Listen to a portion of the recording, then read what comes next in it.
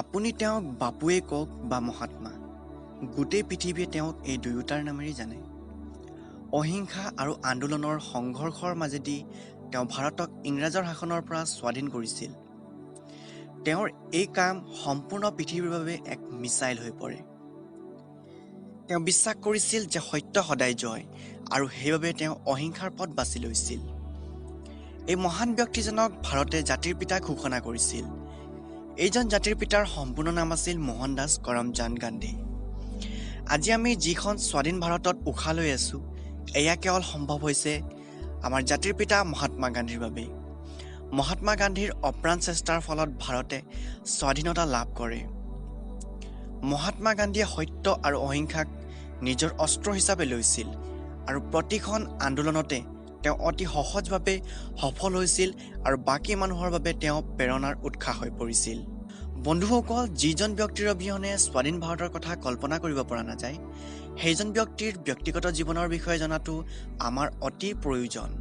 তেন্তে বন্ধুসকল, আহকচোন আজি আমি তেওঁৰ সম্পূৰ্ণ লাইফ ষ্টৰীৰ বিষয়ে জানো। মহাত্মা গান্ধীৰ জন্ম হৈছিল 1869 চনৰ 2 অক্টোবৰত গুজৰাটৰ পৌৰবন্দৰ নামে ঠাইত। তেওঁৰ দেউতাকৰ নাম কৰমচান্দ গান্ধী আৰু মাতৃৰ নাম আছিল পুতলীবাই।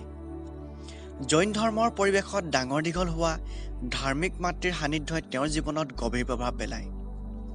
13 বছৰ বয়সত মহাত্মা গান্ধীয়ে তেওঁৰ পিতৃ মাতৃৰ প্ৰচণ্ড অনুসৰি কস্তুৰবা মাখাঞ্জীৰ লগত বিবাহপাশত আবদ্ধ হয়। মহাত্মা গান্ধীয়ে শৈশৱৰ শিক্ষা গুজৰাটৰ পৌৰবন্দৰ আৰু ৰাজকোটৰ পৰা আৰম্ভ কৰিছিল। ছাত্ৰ হিচাপে তেওঁ মধ্যমীয়া আছিল। গুজৰাটৰ ভৱনগৰ চামাল দাস কলেজৰ পৰা মহাত্মা গান্ধীয়ে সাধাৰণভাৱে মেট্ৰিক পৰীক্ষাত উত্তীৰ্ণ হয়। 18 বছৰ বয়সত 1888 চনৰ 4 ছেপ্টেম্বৰ তাৰিখে বেৰিষ্টাৰ পঢ়াৰ বাবে মহাত্মা গান্ধীয়ে লণ্ডনৰ ইউনিভাৰ্চিটিলৈ যায়। লণ্ডনত পঢ়াৰ সময়ছোৱাত গান্ধীয়ে মাকৰ শপত বাক্যৰ দ্বাৰা প্ৰভাৱিত হৈছিল।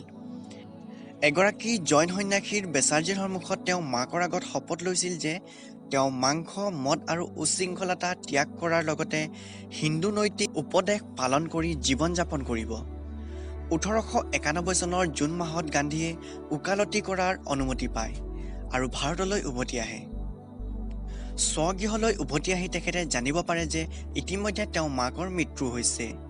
এই কথা গম পোৱাৰ পিছত তেখেতে দুখত ভাঙি পৰে, আৰু ইয়াৰ পিছত তেখেতে মুম্বাইলৈ যায় আৰু ওকালতি আৰম্ভ কৰে।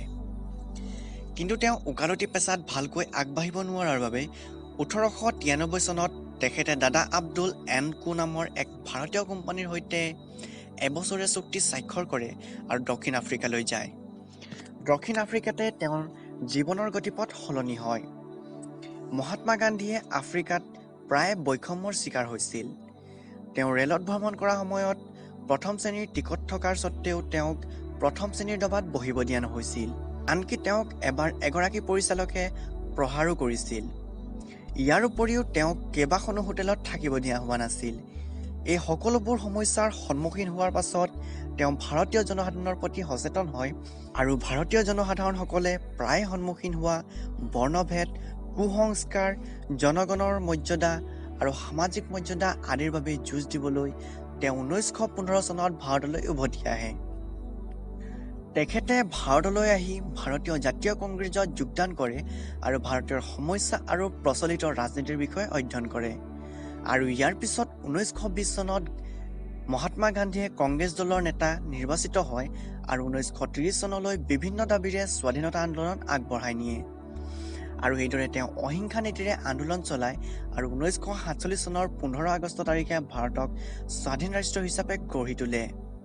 1948 চনৰ 30 জানুৱাৰী তাৰিখে বিৰলা ভৱনত পথসভাত অংশগ্ৰহণ কৰাৰ সময়ত নাথুৰাম গডছে মহাত্মা গান্ধীক গুলীয়াই হত্যা কৰে।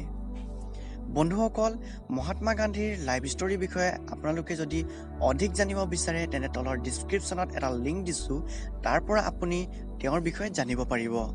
গতিকে বন্ধুসকল, ভিডিঅ'টো চাই কেনে পালে কমেণ্টত জনাব, আৰু ইয়াৰ পৰা যদি কিবা নতুন কথা শিকিব পাৰিলে তেন্তে লাইক কৰিব, শ্বেয়াৰ কৰিব আৰু ছাবস্ক্ৰাইব কৰি ন'টিফিকেশ্যন বেল অন কৰিবলৈ নাপাহৰিব। ধন্যবাদ। জয় আই অসম।